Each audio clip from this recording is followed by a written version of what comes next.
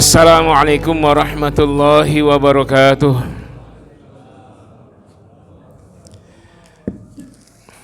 Alhamdulillahilladzi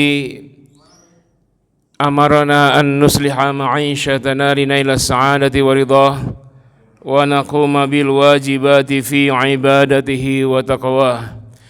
Asyhadu an la ilaha illallah wahdahu la syarika lah wa asyhadu anna Muhammadan 'abduhu wa rasuluh, amma ba'd. Faqad qala Allah ta'ala fi kitabihil karim, a'udzu billahi minasy syaithanir rajim. Wa idh yarfa'u Ibrahimul qawa'ida minal baiti wa Ismail Rabbana taqabbal minna innaka antas samiul alim. Rabbana waj'alna muslimaini laka wa min dzurriyyatina ummatan muslimatan lak wa arina manasikana wa tub 'alaina innaka antat tawwabur rahim. Shadaqallahul azim. Allahumma arhamna bil Qur'an. Yang saya muliakan, yang saya hormati pengurus DKM, Bapak Ibu, hadirin hadirat jemaah salat subuh yang dimuliakan Allah. Alhamdulillah, tiada henti syukur kepada Allah Subhanahu wa taala atas segala nikmat, rahmat, karunia, anugerah yang dilimpahkan sehingga kita bisa melaksanakan seluruh agenda kita, termasuk amal-amal kita dari kita bangun sampai kita tidur nanti, ya, dengan lancar dan dengan sesuai tuntunan Allah. Salawat dan salam semoga terlimpah dan tercurah buat junjungan tercinta Nabi Muhammad sallallahu alaihi wasallam yang telah mengajari kita untuk selalu, ya, istiqomah dalam beramal, istiqomah dalam keikhlasan, istiqomah dalam berbuat kebaikan sampai hari terakhir kehidupan kita, sehingga kita nanti akan menemui Allah dalam keadaan husnul khatimah. Ibu bapak sekalian, ada beberapa hal, ya, mungkin nanti kita perbanyak dalam tanya jawab diskusi karena pada pertemuan yang lalu kayaknya tidak sempat. Barangkali di antara kita sering mendengar ada ungkapan, apakah dari ustadz atau dari seseorang yang kita dengar dari media, apakah dari medsos atau yang lainnya, sebuah ungkapan yang sangat populer, ya. Perkataan ini perlu kita koreksi atau perlu kita tafsirkan kembali. Misalnya ada ustadz yang berkata begini, jangan kamu katakan masuk surga karena amal soleh yang kamu lakukan, tetapi masuk surga itu semata-mata karena rahmat dari Allah Subhanahu wa ta'ala. Sering dengar? Pernah dengar? Paling enggak pernah, tadi baru saya bilang, ya kan? Misalnya di YouTube.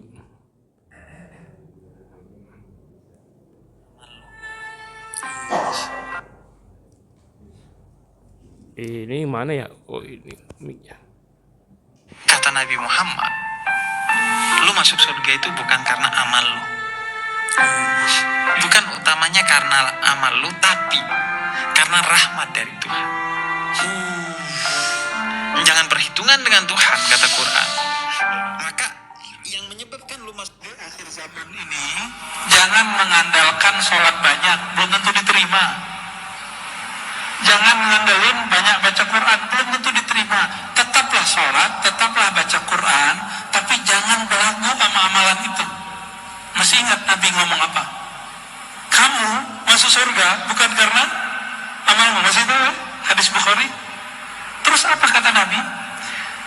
Aku pun masuk surga bukan dengan amalku, tapi dengan rahmat Allah. Rahmat Allah itulah. Dan berbagai, kalau antum buka di YouTube atau di medsos atau mendengar langsung, banyak sekali yang berbicara seperti itu. Ini tidak keliru, tetapi kalau tidak dijelaskan lebih dalam, tentu orang akan mengambil kesimpulan masing-masing. Untuk apa kita beramal soleh kalau tidak mengantarkan kita ke surga? Sementara hadis mengatakan masuk surga bukan karena amal soleh, tetapi karena rahmat dari Allah Subhanahu wa taala. Jadi kita cari rahmat Allah saja, tak usah beramal. Ya, untuk apa? Kalau amal itu tidak akan mengantarkan kita nanti di yaumil akhir ke surga Allah Subhanahu wa taala. Nah, ini harus ditafsirkan ulang karena memang yang menyampaikan juga tidak mendetail, hanya sampai titik itu, lalu apakah karena dipotong atau karena memang penampilannya full, tetapi tidak sampai kepada penjelasan yang sedalam-dalamnya. Jadi kalimat itu memang bersumber diantaranya dalam hadis banyak sekali ya, diantaranya hadis Imam Muslim dan juga hadis yang senada dari riwayat Imam Bukhari, di mana Rasul bersabda, la yudkhilu ahadam minkum amaluhul jannata wa la yujiruhu minan nar illa bi rahmatin minallah. La yudkhilu ahadam minkum, tidak akan memasukkan salah seorang di antara kalian amaluhu, amalnya itu, ke dalam surga, wala yujiruhu minan nar, dan tidak juga akan menyelamatkan dari api neraka jahanam, illa bi rahmatin minallah, kecuali semata-mata karena rahmat dari Allah Subhanahu wa taala. Sebenarnya ya yang seperti ini juga banyak hadis yang lain. Tetapi sumber hukum syara untuk menyimpul sesuatu itu kita memerlukan ya tidak satu hujjah, dalil. Ya kita perlu banyak dalil yang lain, terutama dalil yang paling utama yaitu dari Al-Qur'anul Karim. Nah, kalau kita merujuk dari Al-Qur'anul Karim, maka sangat amat banyak ayat-ayat yang menyebut bahwa masuk surga itu karena amal soleh. Nah, ini gimana coba? Misalnya boleh antum googling atau antum buka yang ada handphone atau di depannya ada Quran, ambil. Yang pertama surat 16 An-Nahl ayat 32. Allah berfirman, a'udzubillahi minasyaitonirrajim, udkhulul jannata bima kuntum ta'malun. Masuklah ke surga karena amal-amal soleh kalian. Al-Quran jelas mengatakan begitu. Juga misalnya dalam surat Az-Zukhruf ayat 72 Allah berfirman, wa tilkal jannatul lati uristumuha bima kuntum ta'malun. Itulah surga yang diwariskan untuk kalian karena amal-amal soleh kalian. Juga misalnya di surat ketujuh, di surat Al-A'raf ayat 43 Allah berfirman, wa nudu antilkumul jannatul lati uristumuha bima kuntum ta'malun. Dan diserukan kepada mereka, ya, itulah surga kalian yang diwariskan untuk kalian karena amal-amal soleh kalian. Anda juga bisa dapatkan dalam surat Al-Ahqaf misalnya ayat 14 Allah berfirman, ulaika ashabul jannah khalidina fiha jazaa'an bima kanu ya'malun. Mereka itulah penghuni-penghuni surga, mereka kekal di dalamnya sebagai balasan atas amal-amal soleh mereka di dunia. Di surat As-Sajdah ayat 19 Allah berfirman, ammal ladzina amanu wa 'amilus solihati falahum jannatul ma'wa nuzulan bima kanu ya'malun. Adapun orang yang beriman beramal soleh, untuk mereka surga ma'wa, diturunkan, diberikan oleh Allah karena amal-amal soleh mereka di dunia. Dan ayat seperti ini masih banyak lagi, apalagi yang digandengkan dengan iman. Misalnya wa basyiril ladzina amanu wa 'amilus solihati anna lahum jannat, berilah kabar gembira pada orang yang beriman dan beramal soleh, untuk mereka surga. Iman, amal soleh, banyak sekali, puluhan bahkan 60-an lebih ayat menyebutkan masuk surga itu karena amal soleh. Lalu apa ini coba? Apa masalahnya ketika di hadis yang sahih Rasul menyebutkan jangan katakan masuk surga atau bebas dari neraka karena amal solehmu, tetapi semata karena rahmat Allah. Lalu di ayat-ayat mengatakan masuk surga karena amal soleh. Ini hadis sahih. Sedangkan yang mengatakan masuk surga karena amal soleh itu Al-Quran. Apa yang kita ambil, Pak? Ada dalil-dalil yang sahih, banyak sekali ayat dan hadis. Maka dalam hal menyimpulkan ada beberapa langkah. Langkah pertama yaitu mengambil langkah ittidad, yaitu kontradiksi, mengkontradiksikan dalil. Nah, kalau kita mengkontradiksikan dalil, yang ini ayat, yang ini hadis, maka kita memilih salah satunya. Kita memilih ayat atau hadis? Ayat, maka kita menyimpulkan masuk surga karena amal soleh. Itu langkah pertama. Tapi langkah kedua bisa menjama'. Menjama' itu mengkompromikan. Apakah kita kontradiksi atau kompromi? Kalau mengkompromikan, menganalisa semua dalil tersebut yang diawali dengan ayat kemudian baru hadis, lalu kita menyimpulkan setelah analisa yang dalam. Nah, ini yang belum ini. Jadi ada ustaz menyampaikan analisanya belum. Ya tentu saja kita mengambil langkah menjama', mengkompromikan dengan analisa yang agak lebih mendalam lah sedikit ya. Jangan langsung ketemu hadis disimpulkan, disampaikan, lalu umat salah menyimpulkan. Apalagi memang niatnya bagus karena untuk mengagungkan Allah. Ya sampai tadi kan ada Ustadz tadi tuh Habib itu, lalu ada artis yang jadi moderatornya langsung dengan respon yang sangat memukau, wih gitu ya. Lu jangan mengatakan masuk surga rahmat, tapi karena amal lu, kata dia kan bahasa anak muda gitu. Wih, respon itu sangat memukau, artis lagi. Tetapi ini apalagi anak muda nanti dia apa kata dia, kalau begitu kita tidak usah banyak beramal, kita sekarang mencari rahmat Allah saja. Jadi ini hati-hati, karena dalil ini tidak bisa berdiri sendiri. Kita memang mengambil kompromi, nanti kesimpulannya memang masuk surga itu karena amal, karena rahmat Allah, tetapi itu tidak final di situ ya. Bukan hanya ngejar rahmat, ada orang yang tidak mau beramal tapi dia berharap rahmat Allah. Yang mana bisa? Kalau Al-Quran menyebutkan masuk surga karena amal soleh, itu dulu patokannya. Selebihnya baru kita mengharap rahmat Allah. Kenapa? Karena nikmat yang Allah berikan itu, Pak, itu tidak akan bisa kita menghitungnya. Dalam Al-Quran disebutkan seandainya lautan itu dijadikan sebagai tinta dan semua kayu di hutan sebagai pena untuk menulis nikmat itu, tidak akan bisa menghitungnya. Ditambah sab'atu abhurin, 7 lautan lagi, ya, maka tidak akan bisa menulis rahmat Allah. Iya, nak santri saya mana ini? Surah apa itu? Mana orangnya? Kalau saya tidak salah itu di surat Al-Ankabut ya. Ar-Rum. Coba lihat Ar-Rum. Ayat berapa itu? Mana santri saya? Saya ini ngajar tapi tidak hafal. Tapi anak santri saya hafal. Itu di surah Ar-Rum ya. Kalau tidak salah surah Ar-Rum. Kalau enggak Al-Ankabut. Ntar itulah. Kalau di Galwing tahu ada. Jadi 8 laut, Pak. 1 lautan jadi tinta, seluruh hutan jadi pulpen. Habis ditambah 7 lautan untuk menulis rahmat Allah, nikmat Allah, tak akan mampu menulisnya. Itu nulis doang. Artinya apa?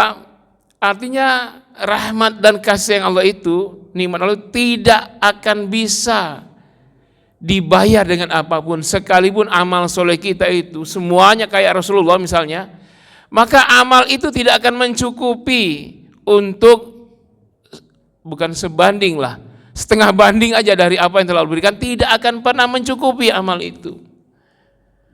Karena itu kalau kita mengandalkan amal, maka kita tidak bisa masuk surga. Lalu bagaimana supaya amal ini bisa mendatangkan kita sebagai penghuni surga? Ya, pertama beramal dulu, intinya itu ya, beramal dulu.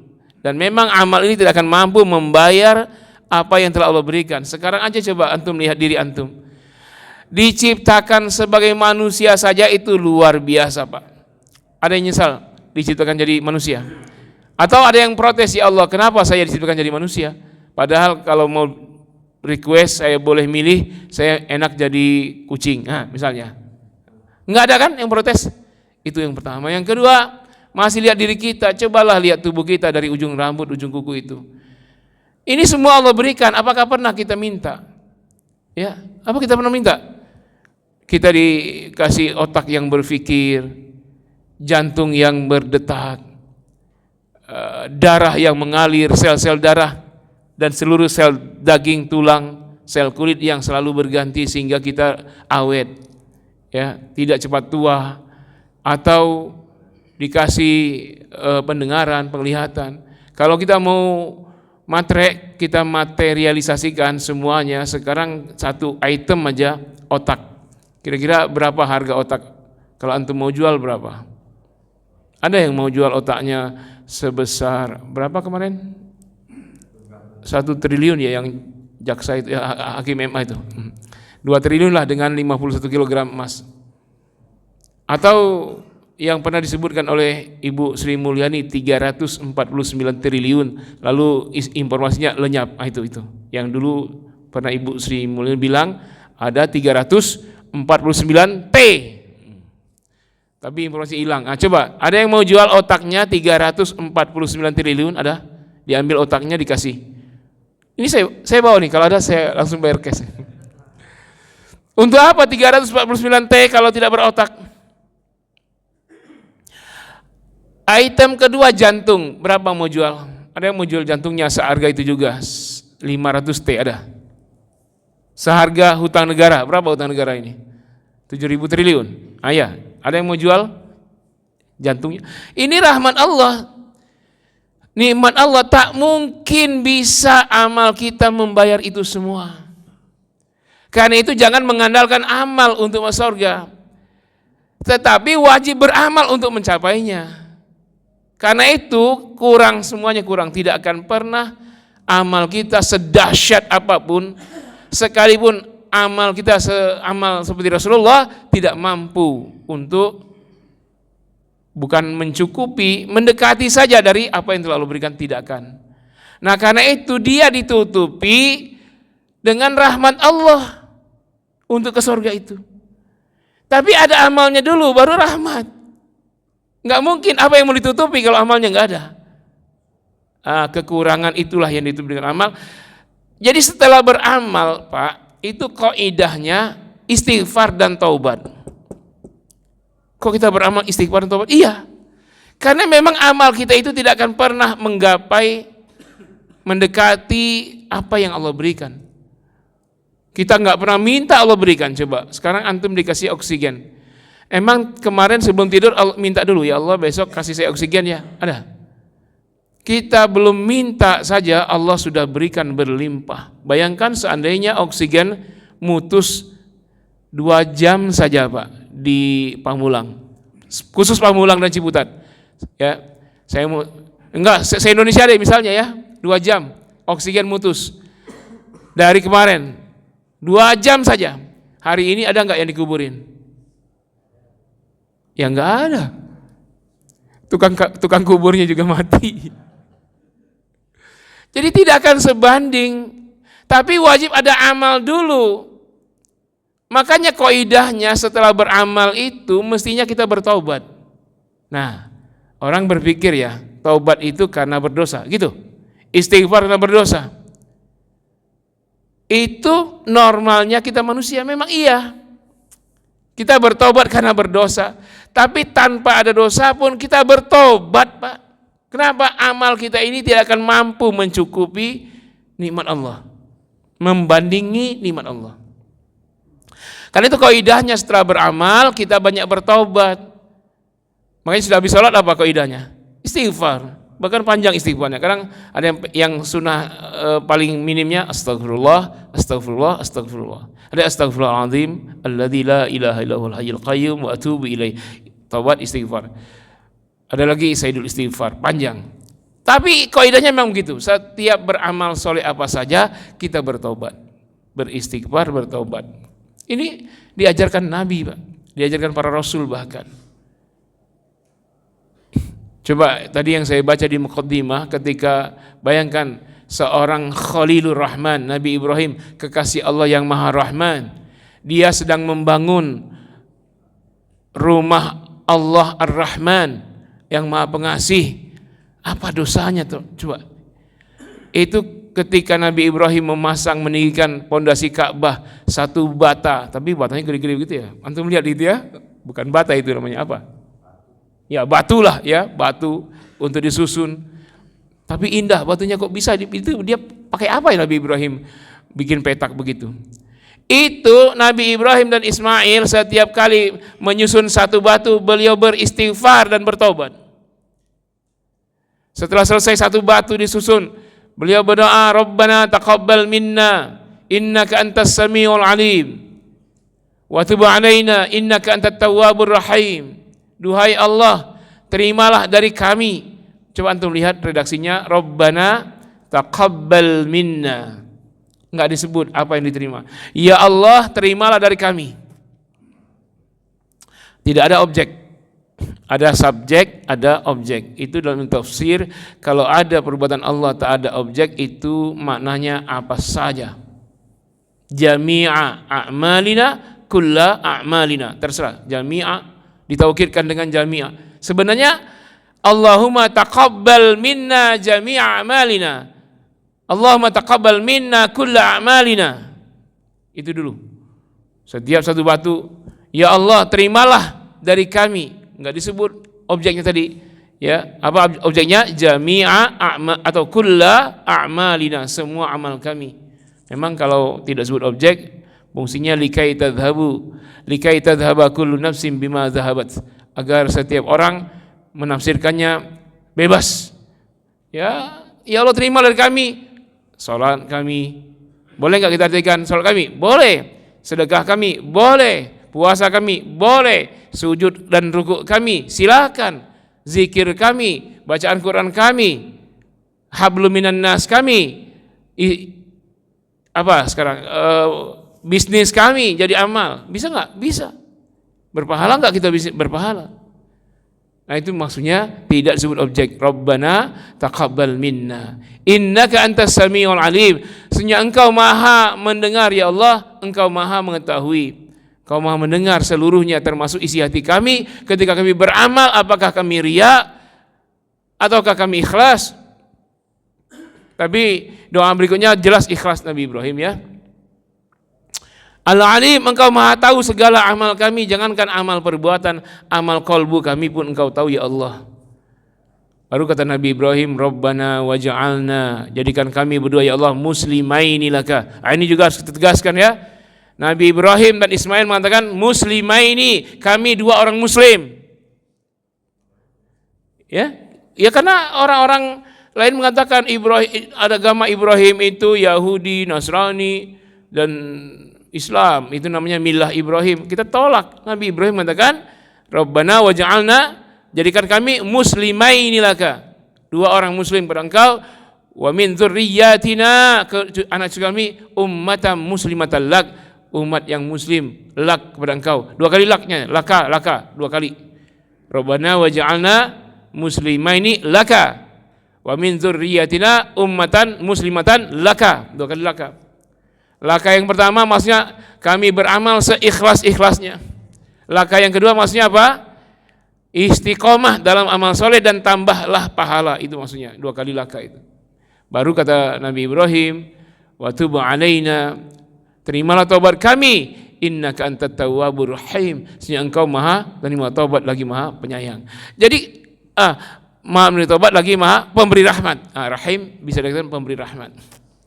Jadi Nabi Ibrahim setelah maksimal beribadah, maka doanya minta diterima sebagai amal soleh ibadah tersebut. Ya, bahkan berapa batu itu disusun sampai setinggi itu. Sampai Nabi Ibrahim harus ada pijakan itu namanya makam, tempat berdiri. Ketika susunan itu sudah tidak dijangkau oleh tangan beliau lagi, beliau ambil batu, beliau naik di atasnya, beliau tambah lagi susunan batu Ka'bah itu. Itu makam Ibrahim. Jadi makam Ibrahim itu tempat berdirinya Nabi Ibrahim ketika meninggikan pondasi, meninggikan dinding Ka'bah. Berarti makam Ibrahim di mana, Pak? Kalau kita sholat setelah kita tawaf, ya sekeliling Ka'bah. Karena ketika di sini udah tinggi, yang ini masih rendah, beliau geser lagi tuh tempat berdirinya, beliau naik lagi, pasang lagi, sampai petak begitu. Jadi dia mutar, beliau mutar itu. Jadi makam Nabi Ibrahim itu ya sekeliling Ka'bah. Adapun pijakan itu, ya batu itu, ya muter. Bagaimana beliau meninggikan ke sana, ya muter. Makanya siapa yang sholat setelah tawaf tidak persis di depan makam, ya sholat saja. Enggak harus di belakang makam Ibrahim. Ya, maka Ibrahim itu digeser di zaman Khalifah Umar, digeser. Dulu itu nempel dengan dinding Ka'bah. Karena agak mengganggu yang tawaf, kata Khalifah Umar, ya kita geserlah supaya yang tawaf tidak terganggu. Digeser itu, Pak. Artinya apa? Kalau antum nanti umroh ataupun haji, tidak persis setelah itu antum mau ke sa'i lalu sholat menghadap makom itu, ya walaupun tidak persis di makom, apalagi penuh sesak, saling dorong, ya nggak usah maksain diri. Pokoknya sholat yang hadap Ka'bah itu tempat berdirinya Nabi Ibrahim ketika meninggikan Ka'bah. Ya, tuh. Nah, 2 kali laka, ikhlas, istiqomah. Lalu setelah ibadah Nabi Ibrahim begitu rupa, beliau mengatakan wa tub alaina, terimalah taubat kami ya Allah. Innaka antat tawwabur rahim, engkau maha penerima taubat. Baru rahmat, engkau maha memberi rahmat. Itu rangkaiannya. Jadi amal soleh maksimal dulu.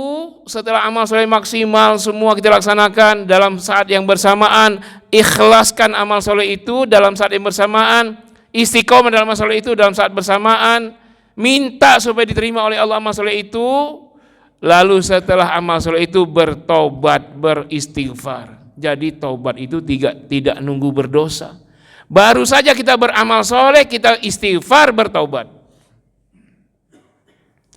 Antum dengar hadis nggak? Kata Nabi, wallahi fa ini astaghfirullah wa atubu ilaihi fil yaum mi'ata marrah atau kama qala. Aku beristighfar dan bertobat kepada Allah, kata Nabi, sehari 100 kali. Atas dosa yang mana? Tak ada, Nabi maksum. Kenapa beliau beristighfar dan bertobat? Karena amal soleh beliau yang maksimal itu. Kenapa? Amal soleh yang maksimal itu tidak akan mencukupi rahmat nikmat Allah. Makanya beristighfar, bertobat. Kalau Nabi mengatakan saya beristighfar dan bertobat sehari 100 kali, sebenarnya Nabi berapa kali, Pak? Kalau antum ngomong, saya bertobat 100 kali sehari, saya ngapain? Saya sombong. Ya enggak? Saya sombong. Tapi kalau Nabi, bukan. Justru dalam faktanya Nabi bukan 100 kali. Saking tawaduknya Nabi menyebutkan taubat istighfar sehari 100 kali. Padahal beliau bertaubat istighfar sehari bisa ribuan kali. Sahabat misalnya Ibnu Abbas, juga Abdullah bin Mas'ud pernah menyaksikan ketika sedang duduk begini, sebentar aja duduk.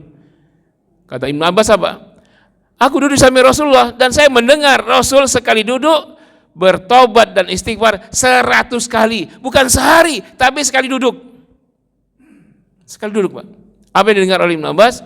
Rasul berkata selama duduk itu, sekali duduk, Allahumma ghfirli wa tub alayya innaka antat tawwabur rahim. Allahumma ghfirli wa tub alayya innaka antat tawwabur rahim. Apa, Bu? Doa Nabi, Bu? Allahumma ghfirli wa tub alayya innaka antat tawwabur rahim. Berapa kali sekali duduk? 100 kali. Jadi Nabi ngomong saya istighfar dan tobat sehari 100 kali itu karena tawadu. Kalau beliau mengatakan sebenarnya mungkin 2000 kali mungkin, ya. Ini cara kita menafsirkan hadis begitu, Pak. Contoh kalau antum menafsirkan hadis, nah, sahabat tanya puasa, kalau saya puasa sepanjang masa bagaimana? Rasul jangan. Akhirnya kata Nabi, seperti aku berpuasa Senin dan Kamis. Kalau ada yang lebih baik lagi, kata Rasul, ada puasa yang lebih baik lagi. Puasa saudaraku Daud alaihissalam, sehari beliau berpuasa, sehari beliau berbuka. Saya mau tanya, puasa siapa yang terbaik? Kata Nabi, puasa saudaraku Daud alaihissalam, sehari berpuasa, sehari berbuka. Kata kita siapa? Kalau kita dengar redaksi Nabi, ya puasa terbaik puasa Nabi Daud. Tapi Rasul itu tawadhu. Beliau tidak akan mungkin mengatakan puasa saya, mengandalkan amalnya. Maka ulama khilaf di sini secara reterrek, puasa terbaik puasa Daud alaihissalam, yaitu sehari berpuasa, sehari berbuka. Tapi sebagian ulama yang lebih kuat dalilnya, bukan dalil ya, analisanya, ya puasa Nabi Muhammad lah yang terbaik. Karena beliau tidak akan mengatakan puasa diriku yang terbaik, karena saking tawadhunya Rasulullah SAW. Nah, makanya saya ditanya ketika di pondok itu, Ustadz, anak saya sudah terbiasa sebelum di pondok di puasa Daud, sehari puasa, sehari enggak. Saya bilang, Bu, di pondok kami saya menetapkan puasa Senin Kamis, puasa Rasulullah. Adapun anak ibu nanti puasa Daud, ya sekuat dia. Kalau tidak kuat jangan dipaksa. Tapi puasa di pondok ini puasa Nabi tetap harus Senin Kamis. Jadi kalau dia ngambil Daud, jadi 5 hari dia puasa sehari, seminggu. Kalau nggak kuat tidak bisa, tak usah dipaksa. Ikutin saya aturan pondok, puasa Nabi SAW. Karena keyakinan saya begitu. Nabi tawadhu mengatakan puasa terbaik adalah puasa saudaraku Daud alaihissalam. Karena beliau tidak mungkin menyombongkan amal. Maka setelah beramal beristighfar. Istighfar bertaubat, itu pun sudah dilakukan tak mencukupi semestinya dari nikmat yang Allah berikan. Maka itulah yang ditutupi dengan rahmat Allah. Jadi masuk surga karena rahmat Allah. Tetapi tidak akan mungkin ada itu sudah jenjang tertingginya. Sebelumnya apa? Amal, banyak taubat, istighfar. Amal, taubat, istighfar. Amal, taubat, baru rahmat Allah dikucurkan. Tidak akan ada rahmat tanpa ketaatan. Ada rahmat Allah bagi orang yang bermaksiat setiap hari. Ada. Yang tidak mau melaksanakan perintah, kerjaannya selalu berbuat kebatilan, melaksanakan larangan, mengerjakan larangan. Nah, ini harus dijelaskan sejelas-jelasnya, hadisnya tidak keliru. Ayat jelas, tidak mungkin ayat keliru. Hadis juga tidak keliru dari riwayat Imam Bukhari, Imam Muslim. Tapi pemaknaannya ini tidak cukup kalau cuma mengatakan jangan kamu katakan masuk surga karena amal solehmu, tetapi semata-mata karena rahmat Allah. Tidak cukup penjelasan begitu. Karena jenjangnya itu para nabi beramal yang mungkin kalau kita beramal maksimal tidak akan pernah menyamai seperseratusnya amal para nabi. Tapi para nabi melaksanakannya seperti itu. Lalu diiring dengan istighfar taubat. Bayangkan Nabi Ibrahim, Abul Anbiya. Apa salahnya beliau? Kok beliau beristighfar bertaubat? Beliau adalah Khalilur Rahman, kekasih Allah, Maha Pengasih, Maha Penyayang. Beliau sudah membangun rumah Allah Ar-Rahman. Apa salah beliau? Tapi beliau bertaubat. Rabbana taqabbal minna innaka antas samiul alim wa tub alaina innaka antat tawwabur rahim. Pasang lagi. Rabbana taqabbal minna innaka antas samiul alim wa tub alaina innaka antat tawwabur rahim. Pasang lagi. Jadi itu Ka'bah itu penuh dengan doa Nabi Ibrahim. Makanya kalau kita lihat Ka'bah, tak ada yang bisa mengalahkan Ka'bah, bangunan sehebat apapun, setinggi menara Al-Buruj. Enggak ada yang bisa ngalahin Ka'bah. Ada yang bisa mengunjungi Al-Buruj sebanyak orang mengunjungi Ka'bah? Pendeta di Yaman dibangun oleh Raja Abraha gereja dari emas. Bukan hanya kubah emas, gereja segereja-gereja dari emas agar orang datang. Tak ada yang datang, orang masih datang juga ke Ka'bah yang bentuknya kubus itu. Itu Ka'bah barokah mulia karena penuh dengan doa dan taubat dan istighfar Nabi Ibrahim dan Ismail. Maka ini disunahkan bagi antum setiap beramal soleh jangan lupa istighfar. Pertama, kenapa? Pertama, takutnya dalam amal itu kita ada riya. Hilang pahalanya Pak, tapi dengan istighfar dan taubat kembali itu pahalanya.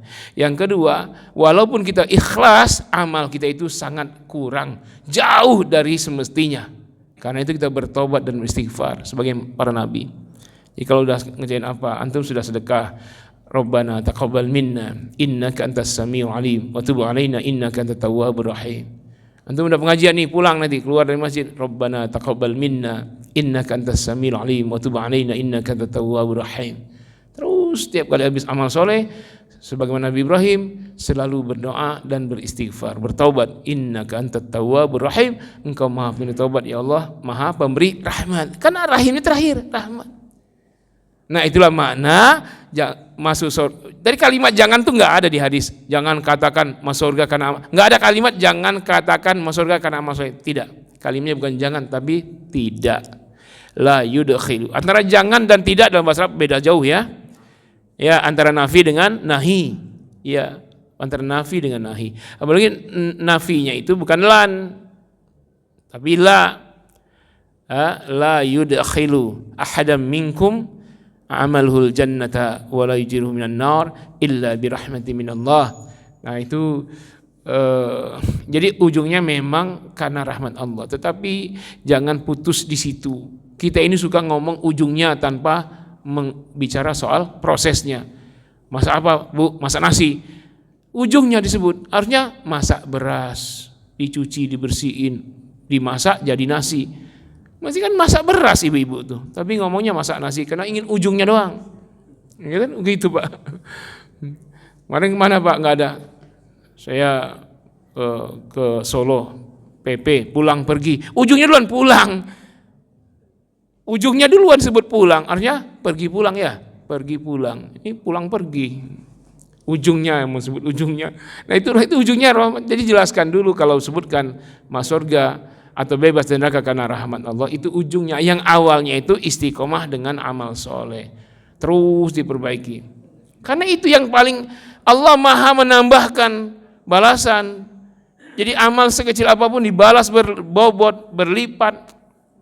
Kata Allah, faman ya'mal mithqala dzarratin khairan yarah wa man ya'mal mithqala dzarratin syarran yarah. Kebaikan, keburukan sekecil cicit corona, cicitnya corona itu zarrah, dibalas berbobot. Nah, itu balasan berbobot itu rahmat Allah. Tapi ada dulu amalnya sekecil apapun. Bukan amal nggak ada tiba-tiba ada rahmat berbobot. Enggak, amal dulu ada, amal solehnya, kebaikannya. Makanya motivasi ayat untuk beramal luar biasa Pak. Jangan banyak nganggur. Ya, kata Allah, fa idza faragta fansab. Kalau selesai satu amal, kejar amal yang lain, laksanakan, jangan ditunda. Wasari'u ila maghfiratin min rabbikum wa jannah, dan segeralah kalian melaksanakan amal apa saja yang amal itu mendatangkan ampunan Tuhan kalian dan sorga. Jadi datang ampunan Allah dan sorga karena ada amal dulu. Apa amal yang mendatangkan ampunan dan sorga? Ya bertauhid, berbakti pada orang tua, yang prioritas. Nah setelah itu baru yang amal soleh yang prioritas juga tapi di bawah yang tadi. Banyak dalil yang lain. Fastabiqul khairat, jangan tunda-tunda, berlomba-lombalah dalam beramal al khairat. Bukan satu, khairat jamak dari khair. Sebanyak apapun kebaikan, berlomba-lombalah. Ya, kejar pahala sebanyak-banyaknya. Nah, nanti baru ujungnya rahmat Allah. Bahkan jemaah sekalian, kita ini manusia, ada ujungnya, pasti mati, ya enggak? Ibu-ibu pasti mati enggak, Bu? Bapak? Pasti mati. Ya semuanya mati, ustadz, jamaah. Tapi kondisinya boleh jadi ya jemaah lebih dahulu baru ustadz. Bisa jadi gitu ya. Atau ustadznya setelah jemaah, bisa. Itu pasti. Nah tetapi ibu bapak sekalian, kita nanti mati, apakah husnul khotimah atau su'ul khotimah? Apa yang menentukan? Amal. Sedang apa saat ajal tiba, sedang apa? Justru amal itu menentukan. Kalau kita sedang beramal soleh, datang ajal mati kita, husnul khotimah. Sibuk kita beramal baik banyak sekali, pas ujung mau mati, sempat-sempatnya berbuat buruk, tiba ajalnya, su'ul khotimah. Jadi husnu dan su'ul khotimah ditentukan oleh amal saat tibanya ajal. Nah karena itu jangan melemahkan kita dengan hadis yang disampaikan ustadz tadi itu. Jangan katakan masukkan amal soleh lu. Nanti dulu bicara itu, ada ujungnya. Kayak kita bicara ini nih, saya agak kurang setuju ustadz bicara apa, akhir zaman, tanda kiamat. Kayak frustasi aja. Dukhon, nanti bintang melata, bicara dajjal ini itu.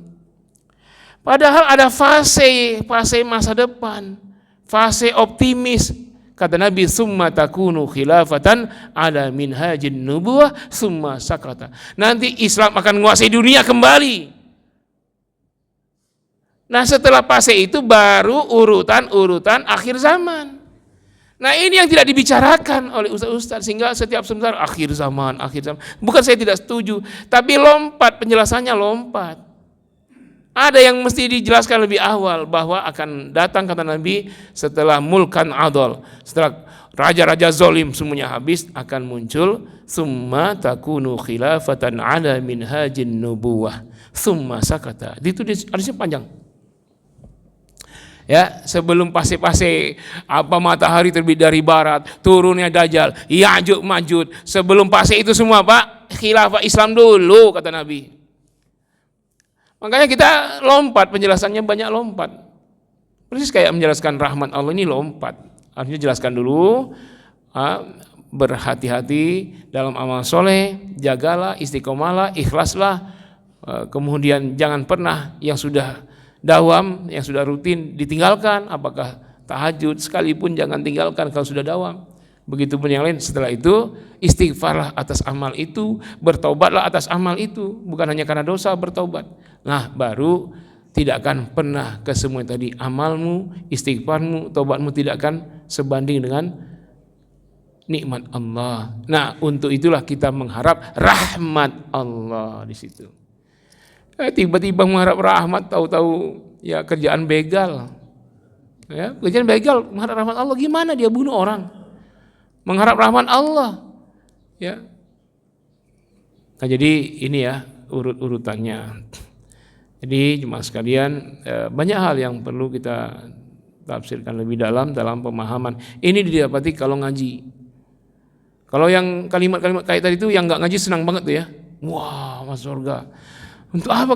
Janganlah ikutin orang yang sampai keningnya hitam, sujud semua itu, duha, tahajud.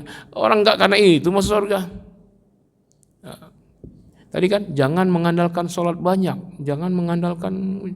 Tapi ingat enggak Nabi berkata bahwa Anda masuk surga bukan karena amal Anda, tapi dengan bahasa anak mudanya. Saya tidak bisa ngulanginnya itu. Di akhir zaman ini jangan mengandalkan sholat banyak, belum tentu diterima. Jangan mengandalkan banyak baca Quran, belum tentu diterima. Bagaimana? Jangan, kalimat jangan lagi. Bersolatlah yang khusyuk, solatlah yang banyak, ngajilah baca Quran yang banyak. Coba lihat orang sekarang. Saya mau tanya Pak, banyak dalam sehari banyak megang handphone atau megang Quran? Nah, kondisi begitu bilang jangan banyak baca Quran. Jangan, gimana kondisi orang sekarang masih banyak pegang handphone 12 jam sehari, pegang Quran 12 menit aja kagak. Kadang-kadang 12 menit pun tidak ya sehari. Kira-kira kemarin sehari 24 jam itu antum udah berapa jam megang Quran? Dengan megang handphone mana yang paling banyak? Masa lagi kondisi begini bilang jangan? Ya harusnya serukan agar pegang Al-Quran lebih banyak daripada antum megang handphone. Kan itu mestinya seruannya. Baik, ini masih banyak problem, ini mungkin debatable. Saya persilakan bagi antum yang ingin berdiskusi ya. Ya, fadhal. Kalau Ustaz yang tadi itu memang itu kontroversial orang mencerita ini. Saya nggak sebut nama ya, afwan, saya nggak sebut nama. Pertanyaan saya, apa nanti dosanya dia itu, Ustaz yang itu ngomong begitu, akhirnya dijalankan sama jamaah. Ngapain kita beramal soleh? Kan kalau nggak dirahmati Allah, kita nggak mau bersolat, nggak mau belajar sunnah-sunnah yang lain. Enggak, saya nggak berani bicara apa, karena itu potongan video Pak. Ya, utuhnya saya nggak tahu. Jadi itu kalimat potongan itu yang saya harus luruskan di masyarakat, bukan keseluruhan. Untuk menanggapi itu harus dengar utuh dulu. Tapi memang kalau lihat video-videonya dia itu banyak benar itu di komentar orang negatif ya, terhadap diri Ustaz itu. Terus Ustaz gini Ustaz, kenapa sih para ulama kalau memang tadi Ustaz bilang motivasi kita beramal soleh itu harus ada motivasinya, berarti ada keutamaan dari amal itu apa, ada ganjaran atau upah atau jasa atau balasan dari Allah itu apa. Tapi kenapa para ulama jarang menyampaikan itu? Harusnya lebih bagus menyampaikan itu daripada mengingat tadi itu ngomongin nggak usah beramal soleh, beramal. Ini bagus disampaikan aja keutamaan dari amal. Ibu-ibu sekalian, beramal mau apa coba? Mau surga kan? Ya iya. Malah kalau tidak mau itu kita tidak bersyukur. Karena kalau kita berharapnya hanya kepada Allah, itulah yang Allah inginkan dari kita. Kita itu berharap penuh kepada Allah. Yang tidak boleh kita tidak berharap. Itu namanya roja. Ya, roja. Jadi gini, ada yang bilang begini, beramal tuh nggak usah berharap ini, beramal berharap surga, takut dari neraka. Kok dah boleh? Padahal Allah takut-takutin kita dengan neraka, azabku pedih, azabku besar, azabku diparut di neraka jahanam, dipukul, dibakar atas bawah. Tidak takut. Padahal Allah bilang begitu mengerikan, yuhsabuna ala wujuhim fid jahannam. akan diparut wajahnya dengan jahanam. Enggak takut. Ini perlu sekali Pak, penyampaian begini nih, retorika yang indah itu kadang-kadang menjebak. Ini retorika, jangan berharap surga, kita beramal harus ikhlas. Ikhlas itu berharap. Tahu enggak? Ikhlas itu amat sangat berharap, tetapi harapannya 100% kepada Allah, lalu 0 untuk yang lain. Itulah ikhlas.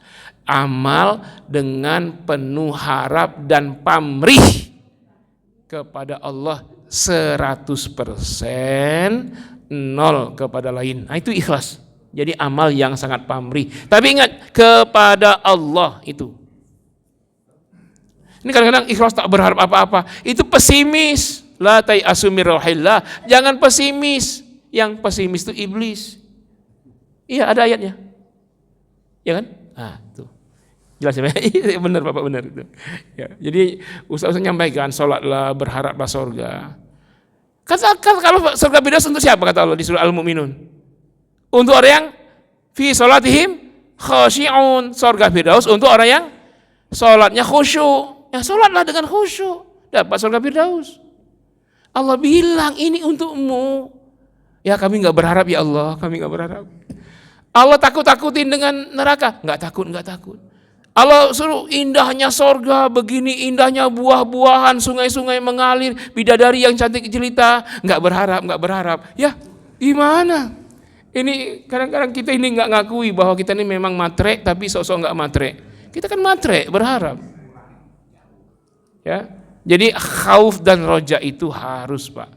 Khauf sangat takut dengan murka Allah, sangat takut dengan azab neraka. Roja sangat berharap ridho dan sorganya. Dan kita memang hidup di antara khauf dan roja. Khauf roja. Kalau saya ngelakuin ini, aduh neraka, nggak jadi. Oh kalau ini sorga, cepat jangan ditunda. Nah itu kan antara khauf roja itu yang membuat kita termotivasi untuk beramal soleh, meninggalkan amal buruk. Khauf roja itu. Ya, tidak.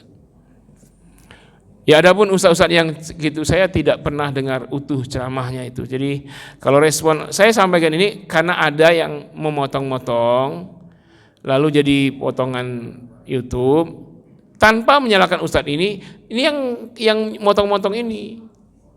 Karena memang kalau potong-potongan itu ditonton orang karena 1 menit, 2 menit ya. Tapi kalau 2 jam siapa yang menonton? Nah, malas ya. Kuota habis juga lagi. Itu ya. Ya, siapa yang lain? Fadhal. Assalamualaikum warahmatullahi wabarakatuh. Waalaikumsalam warahmatullahi wabarakatuh. Apakah setiap ulama atau ustadz itu punya rasa sensitif terhadap kesalahan yang dia lakukan kalau memang menyampaikan kepada audiens atau jemaah sesuatu yang mencelakakan gitu, seperti yang tadi Ustadz sampaikan, dia ada rasa sensitif nggak? Maksudnya apakah Allah memurkai dia karena dia telah menyampaikan sesuatu yang bertentangan dengan ajaran Allah? Ya, ya makanya di Al-Quran sebutkan Rasul aja kata Allah inna sanulqi alaika qawlan thaqila. Ya Muhammad kami telah menyampaikan, membacakan kepada engkau perkataan yang sangat berat. Jadi dakwah ini sangat berat Pak, berat sekali. Dan saya tidak tahu setiap orang punya sensitivitas, pasti ada, tapi bermacam-macam tingkatannya. Ya, dia harus mengevaluasi. Karena itu seorang ustadz tidak boleh hidup sendiri, jadi kerajaan kecil dengan jemaahnya, dengan santrinya, lalu dia tidak belajar. Keliru Pak. Sekali berapapun ustadz, nggak ada selesainya, dia mesti belajar. Dan dia harus punya teman yang mengingatkan, bukan teman yang memujinya, tapi teman yang mengkritisinya, yang nyalahin dia. Harus tuh. Kalau enggak dia merasa betul terus. Yang kedua, kadang-kadang ilmu itu sebatas sampai di sini saja, tidak sampai di sini. Dia ngajarin semua fikih, diajarin semua materi sejarah Islam, balaghah, kitab. Tahu-tahu santri dicabulin. Ada nggak yang begitu, Pak? Ada. Kenapa? Karena ilmu itu di sini, nggak sampai ke sini. Yang kedua, tidak ada yang mengingatkan dia. Makanya seorang ustadz sekaliber apapun dia, paling kurang dia mesti punya waktu seminggu sekali minimal 2 jam ngaji intensif, ngaji kitab. Dengan siapa? Dengan orang yang mengingatkan dia. Harus itu. Minimal 2 jam seminggu. Apalagi yang bukan ustadz. Ini yang ustadz, Pak. Walaupun mungkin waktu nggak ada alasan sibuk, nggak ada sibuknya, kita bisa aja. Sibuk paling lama sampai jam berapa, Pak? Kesibukan kita memutar di dunia ini sehari sampai jam 10. Itu udah terhitung lembur itu. Apa nggak bisa kita ngaji intensif dari jam 10 sampai jam 12 malam, hanya sekali seminggu, bukan tiap hari. Orang nonton bola aja ditungguin, masih bisa dia nonton bola. Jam berapa? Jam 11 malam, ditungguin sama dia nggak tidur. Bisa. Bola itu 45 kali 2 tambah istirahat 15 menit, 2 jam juga ada, 2 jam nonton bola itu sama komentar-komentarnya. Bisa dia tunggu. Kenapa ngaji intensif nggak bisa? Makanya si Pak Kiai-Kiai itu semua ngaji intensif supaya evaluasi, saling mengingatkan bagaimana dengan santri bersikap, kiai dengan para santriwati, santriwati. Namanya dalam Islam itu an-nizamul ijtimai. Ada sistem peraturan Islam dalam pergaulan. Itu ada, Pak. Ngeri sekarang ya. Pedofil, LGBT, dia bergelar kiai. Tidak semua ya, saya ngomong ini nggak semua ya, oknum ya. Nanti saya di demo pula sama kiai-kiai. Ada kiai cabul itu yang cuman itu oknum. Tapi kadang kebanyakan oknum, masya Allah. Saya dulu kalau dipanggil pimpinan pondok pesantren, tahfiz, bait Quran, saya biasa saja. Ada rasa juga, agak hilang ikhlasnya. Tapi kalau sekarang dipanggil begitu, nunduk saya, malu saya. Karena sekarang kiai udah merusak namanya, merusak institusi pesantren. Ya. Lagi-lagi pimpinannya.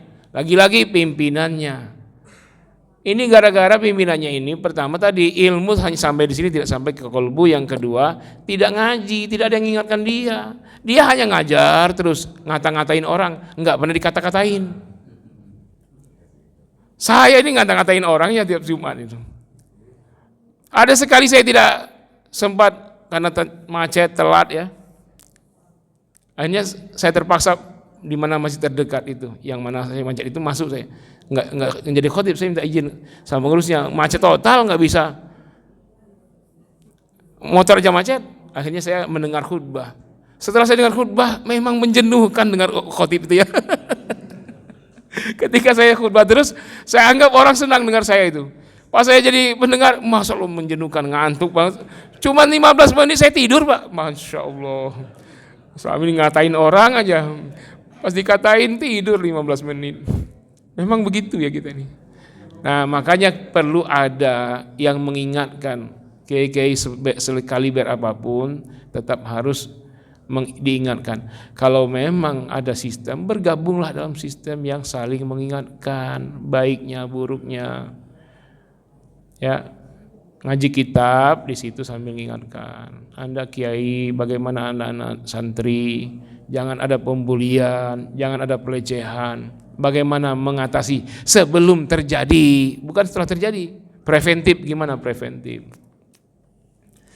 Kalau saya ngaji, Pak, tiap Rabu saya ngaji, Pak, jam 9 malam sampai jam 11. Kadang-kadang sarahnya sampai jam 1 malam tuh.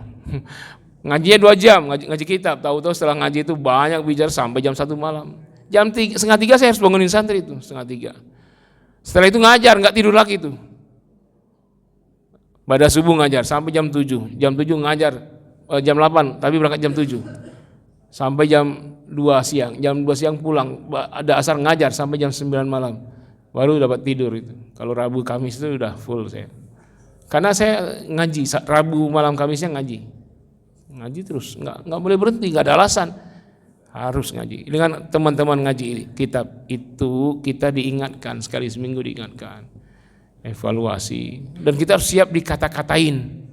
Karena selama kita muter seminggu kita ngata-ngatain jemaah. Nah, sekarang dikata-katain. Nah, itu kan nggak apa-apa, Pak. Harus begitu.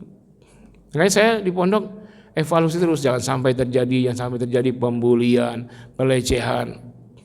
Saya pasang CCTV 40 titik, padahal pondok itu ada 3 gedung doang tuh, tapi ada 40 titik CCTV, Pak. Saya tambah satpamnya 7, Pak. Satpam malam dan siang, malam 3, siang 3, 6 ya. Tapi ada yang bukan satpam tapi dia terus bagian umum. Terus koneksi dengan semua RT, RW, kepolisian. Polisi tiap Kamis datang, polisi Pak, tiap Kamis. Ya, Babim Kamtibmas yang membina para satpam dan seluruh yang lain ya, yang kebersihan itu. Jadi itu cara kita. Dan tidak ada interaksi ustaz dan santriwati kecuali interaksi pembelajaran. Nggak ada interaksi lain. Curhat tak boleh curhat nggak boleh. Kalau antum mau ngecek boleh. Tanya aja satu santriwati perempuan. Yang paling lama siapa, tanyain. Pernah nggak ustaz manggil kamu berdua ngomong di satu ruangan? Saya nggak pernah, Pak. Sampai ada yang sudah jadi ustazah, alumni, udah 14 tahun dia di pondok itu. Tanyakan sama dia, pernah nggak kamu ngobrol berduaan saja dengan ustadz santriwati? Salaman nggak boleh cium tangan, walaupun itu santriwati, Pak. Saya nggak salaman dengan santriwati. Ya, ustadz ini radikal. Bukan radikal itu bukan karena cium tangan apa enggak. Itu kan cium tangan kan pakai bibir, pakai pipi. Dia santriwati, dia sudah haid, dia wanita dewasa. Emang kiai bukan manusia? Kalau robot bolehlah tuh cium tangan bolak-balik. Kan kiainya bukan robot, manusia. Nah, saya nggak ada ruangan, Pak, di pondok, nggak ada ruangan khusus, nggak ada saya ruangan. Begitu saya ngajar di masjid, udah di masjid, saya ada kamar saya sendiri, nggak ada saya nggak ada kantor.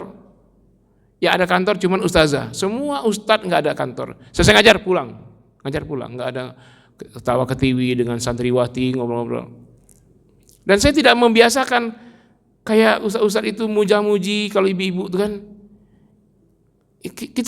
Saya marah, saya pecat ada ustadz dari luar. Ayo nanti dulu kita qomat ya, ini para bidadarinya belum selesai qobliyah. Maksudnya santriwati perempuan belum selesai qobliyah. Saya panggil ustadznya itu.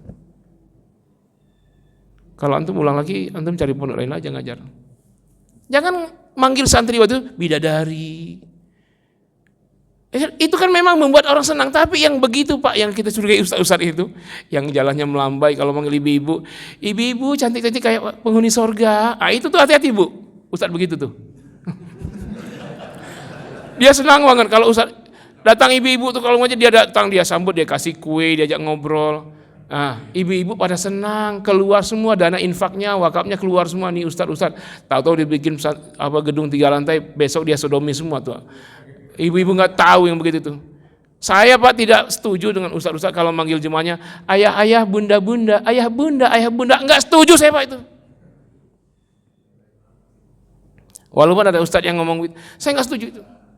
Karena banyak dalilnya hadis. Kalau antum belajar surah Al-Ahzab itu, yang dipanggil bunda itu istri Rasulullah, Bunda Aisyah. An-nabiyyu aula bil mu'minina min anfusihim wa azwajuhu ummahatuhum. Nabi itu lebih utama bagi orang beriman daripada diri mereka sendiri. Dan istri-istri Nabi ummahatuhum, ibunda-ibundanya. Makanya ibunda Aisyah Ummul Mukminin, Khadijah Ummul Mukminin. Makanya sebut Bunda Khadijah, Bunda Aisyah. Nah ini ngomongnya Bunda Teresa. Ya kan? Istri Nabi kalau ngomong Aisyah, Khadijah. Ngomong Teresa, Bunda Teresa. Apa-apaan? Nah sekarang jemaah ibu-ibu, bunda-bunda sekalian, cantik-cantik calon penghuni sorga. Itu ustaz error itu, Bu, hati-hati, Bu, yang begitu. Ya saya terus terang aja ngomong, Pak. Kita manggil siapa aja, bapak-bapak, ibu-ibu, itu aja panggilan sapaan. Manidda'a aban ila ghairi abihi wa huwa ya'lamu annahu ghairu abihi fal jannatu 'alaihi haram. Siapa yang memanggil ayah, tapi ini maksudnya memang ngakuin orang lain ayahnya. Wa huwa ya'lamu annahu ghairu abihi, dia tahu itu bukan ayahnya, fal jannatu 'alaihi haram, maka surga haram baginya. Enggak boleh panggil orang dengan ayah, enggak boleh kasih nama orang selain nama ayah. Ibu-ibu, hati-hati, nama ibu, nama ayah ibu, bukan nama ibu, nama suami ibu. Banyak sekarang ini ngikutin Amerika. Hillary Clinton. Itu agama mereka mungkin boleh, agama Islam enggak boleh. Ibu namain di belakang nama ibu siapa? Suami ibu, haram, tak akan masuk surga, tak akan mencium bau surga. Itu hadis Imam Bukhari Muslim. Jadi kalau nama ibu siapa? Di belakang nama ibu itu nama ayah ibu, bukan nama suami. Ini ikut-ikutan pejabat. Iriana Jokowi, mesti siapa? Ibunya Iriana mestinya kalau dia muslim.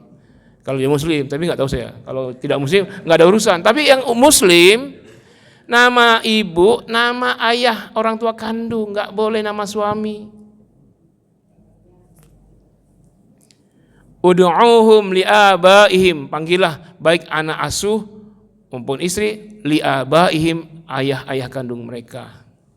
Nggak boleh, jangan panggil. Saya larang istri saya dipanggil orang ibu Habib. Saya ini panggil Habib, padahal saya bukan Habaib. Ibu Habib. Saya bilang namanya Nurul, Bu Nurul panggil. Kalau Ibu Habib itu orang tua saya udah meninggal. Nah, saya itu begitu, hati-hati sekarang ini. Karena apalagi Ustadz itu ada yang melambai begitu tuh, hati-hati betul. Pedofil, pemangsa itu. Ini gimana ya begini? Saya tuh sedih sekarang ini ya. Kalau pimpinan pondok begitu, bagaimana membina santri? Ya, Pak. Waalaikumsalam. Bismillah. Ya, bismillah.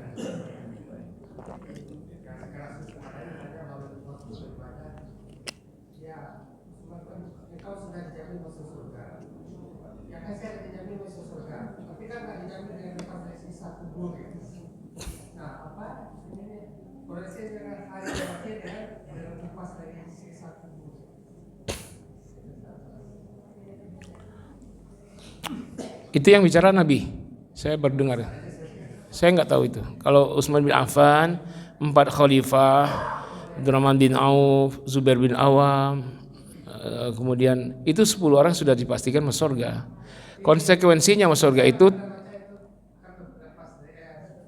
ya sama aja omongan begini. Nabi pun meyakini tidak menjamin dirinya masuk surga. Itu kan ketawaduan Nabi. Apa yang sudah Nabi jamin itu sudah pasti masuk surga. Lalu beliau enggak masuk surga. Kalimat gini tadi ya. Di akhir zaman ini jangan mengandalkan sholat banyak, belum tentu diterima.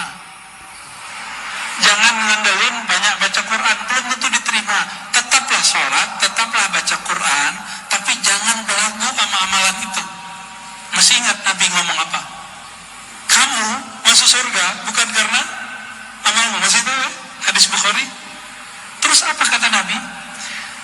Aku pun masuk surga bukan dengan amalku, tapi dengan rahmat Allah. Rahmat Allah itulah kunci dari ma'rifatullah. Iya. Orang-orang tersebut Nabi jamin masuk surga.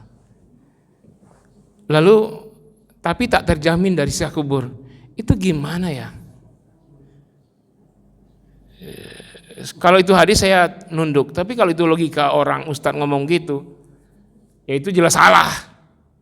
Karena indikator penghuni surga itu tidak akan kena azab kubur. Kalau yang Nabi bilang jamin itu pasti, Pak. Walaupun ada hadis Nabi yang mengatakan, diriku pun tidak menjamin diriku masuk surga, kata Nabi kan? Itu lagi-lagi ketawaduan Nabi. Keyakinan sebagai umat apa? Nabi pasti masuk surga. Itu keyakinan kita sebagai umat. Tidak mungkin beliau menjamin 10 orang masuk surga kalau beliau tidak masuk surga. Sebenarnya yang dijamin masuk surga itu bukan hanya 10. 10 itu yang Nabi sebutkan urutan. Ada lagi Bilal, aku dengar terompahmu di sorga. Itu isyarat sebilal-bilalnya di sorga. Nggak mungkin terompah di sorga, bilalnya di neraka, nggak mungkin. Ini ketawaduan Nabi. Jadi kalau itu bukan hadis, saya bantah. Sudah pasti kalau dijamin Nabi masuk surga, sudah pasti terhindar dari siksa kubur. Itu tidak bisa dilepaskan. Karena indikasi orang itu masuk surga terhindar dari siksa kubur. Atau masuk neraka itu di indikasinya disiksa kubur. Ya kalau ya kan Anda dijamin masuk surga tapi tidak dijamin dari siksa kubur. Lah, sesuatu yang besar dijamin tapi yang kecil tidak, kan terbalik itu. Kalau sudah yang besar semua yang kecil lewat sudah Pak. Mestinya. Tapi kalau itu hadis saya nyerah. Tapi kalau bukan hadis kata orang saja ya itu tidak masuk akal. Nggak mungkin Sayyidina Utsman disiksa kubur kalau Nabi sudah jamin masuk surga. Sayyidina Abu Bakar, Ali. Oh Ustaz, ada masalah. Para sahabat itu berperang, ada masalah, mereka ribut. Ya, adapun ributnya mereka itu sangat kecil Pak, perkara kecil sekali dibanding dengan amal jariah mereka. Coba bayangkan, kita ini bisa Islam begini, jariah siapa? Hah? Abu Bakar As-Siddiq, Umar bin Khattab. Kenapa? Mereka yang memperluas wilayah sehingga beruntun akhirnya kita tahu agama. Kalau tidak kita ini masih nyembah animisme gitu. Nenek moyang kita ini. Karena berkat, nah coba satu orang saja masuk Islam karena dakwahmu itu lebih mahal daripada min humuri ni'am, dari harta paling mahal. Kata Nabi, harga yang paling berharga di surga itu itu masih kecil dibandingkan dengan satu orang dapat hidayah karena dakwahmu. Udah berapa banyak yang didakwai Abu Bakar, Umar, Ali, Utsman itu seluruh dunia ini. Jadi semua amal orang ketika sholat itu untuk mereka semua pahalanya Pak. Semuanya baca Quran karena perjuangan mereka, semua dapat pahala untuk mereka semua pahalanya. Jadi tertutup semua, apapun kesalahan sahabat itu tertutup semua. Kalau sahabat itu tidak murtad sampai wafatnya dalam Islam, itu para sahabat udah jelas dapat amal jariah paling banyak dibandingkan kita semua. Kita saja ngajak satu orang yang tidak sholat, akhirnya dia sholat. Selama dia sholat kita dapat pahalanya terus. Apalagi wasilah para khalifah tersebut sampai Islam datang ke Indonesia. Setiap tahun orang puasa Ramadan, bayar zakat, orang tiap hari sholat 5 waktu. Pahala itu untuk mereka semua. Bagaimana mereka kena siksa kubur? Rasa-rasanya nggak bisa dipertanggungjawabkan itu ya. Jangan pernah mengecilkan amal para sahabat. Kita ini jauh sekali dibandingkan para sahabat, itu jauh. Ya, jadi kalau kita katakan belum tentu lolos dari siksa kubur para sahabat, saya terus terang belum tahu kalau itu hadis. Kalau itu memang hadis ya sahih misalnya ya saya oke. Tapi kalau tidak saya bantah betapa banyak amal jariah para sahabat tersebut, termasuk andil mereka Islam. Coba di zaman Umar bin Khattab saja Islam sudah sampai 1/4 dunia, sampai ke Uni Soviet itu Pak, Bukhara, sampai ke tempat lahirnya Imam Bukhari itu. Ya. Itu ya. Mungkin itu saja saya rasa. Ya, mudah-mudahan ini sedikit menambah wawasan kita untuk sedikit memperbaiki pemahaman. Kalau tidak, ya bukan berarti yang saya sebut tadi salah, tapi penjelasannya kurang detail. Jadi urutannya amal soleh maksimalkan, jaga kualitasnya, keikhlasannya, ittiba rasulnya, jelas amal soleh itu ternyata sebanyak apapun, sehebat apapun, sedahsyat apapun tidak akan pernah mencukupi nikmat Allah. Lalu beristighfarlah, bertaubatlah senantiasa. Nah setelah itu taubat dan amal kita itu belum juga mencukupi, maka itulah yang ditutupi dengan rahmat Allah. Lalu kita masuk surga karena rahmat Allah. Tapi urutan tadi jangan lupa amal soleh dulu. Ya, yang tadi kata kuncinya mati kita su'ul khotimah atau husnul khotimah tergantung saat ajal tiba beramal apa. Itu pegang terus dan gini kita akan mati husnul atau su'ul khotimah itu bagaimana dominasi hari-hari kita. Kalau hari kita didominasi amal soleh, insya Allah dengan cara itu akan mati. Kalau dominasi hariannya banyak amal buruk, dengan cara itu juga akan mati. Ada ustadz yang amalnya buruk tapi ujung-ujungnya husnul khotimah. Itu hanya kasus 212. Itu hanya Allah tunjukkan kekuasaannya. Tapi secara umum dan normal, orang akan mati dengan cara apa? Adalah dominasi hari-harinya. Kalau dipenuhi amal soleh, maka dia akan mati saat beramal soleh. Kalau hari-harinya amal buruk, dengan cara itu dia akan mati. Karena itu penuhilah waktu kita sehari-hari setiap detiknya dengan amal-amal soleh. Mohon maaf, terima kasih. Allah kita mohon ampun. Subhanakallahumma bihamdika asyhadu an la ilaha illa anta astaghfiruka wa atubu ilaik. Wassalamualaikum warahmatullahi wabarakatuh.